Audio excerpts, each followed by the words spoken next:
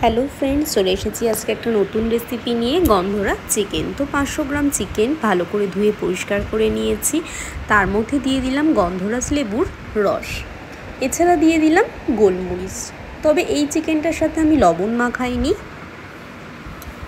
মাখিয়ে আমি রেখে দিলাম ঠিক 1 ঘন্টা। এবার কড়াইতে তেল বসিয়ে তার মধ্যে মাংসের তরকারিতে দেওয়ার জন্য আলু কেটে নিয়েছি বড় বড় করে, সেগুলোকে ভালোভাবে এপিট ওপিট বাদামি রং করে ভেজে নিলাম। দেখো তোমরা, কালার চলে এসেছে আলুগুলোর মধ্যে। তো ভাজা হয়ে গেছে আলু। এবার ওই তেলের মধ্যেই কড়াইতে দিয়ে দিলাম আমি কিছুটা পেঁয়াজ কুচি। পেঁয়াজগুলোকে ঠিক বেরেস্তার মতো করে ভেজে নেব। বেরেস্তার মতো করে ভাজা হয়ে গেলে এর মধ্যে আদা রসুন পেঁয়াজ বাটা দিয়ে দিয়েছি একসাথে, আর দিয়ে দিলাম জিরের গুঁড়ো, লঙ্কার গুঁড়ো আর হলুদের গুঁড়ো, আর সাথে লবণ আর গোটা কাঁচা লঙ্কা এবং কিছুটা টক দই। তো 2 চামচ টক দই দিয়েছি আমি এখানে। এটাকে দিয়ে ভালোভাবে কষিয়ে নেব।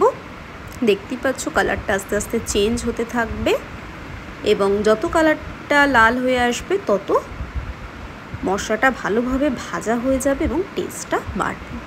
তো কালার চেঞ্জ হয়ে এসেছে। এর মধ্যে দিয়ে দিলাম সেই লেবুর রস আর গোলমরিচের গুঁড়ো মাখানো চিকেনটাকে দিয়ে দেওয়ার পর মশলার সাথে ভালোভাবে চিকেনটা মিশিয়ে নেব। তো মেশানো হয়ে যাওয়ার পর আস্তে আস্তে এটা কষাতে থাকবো।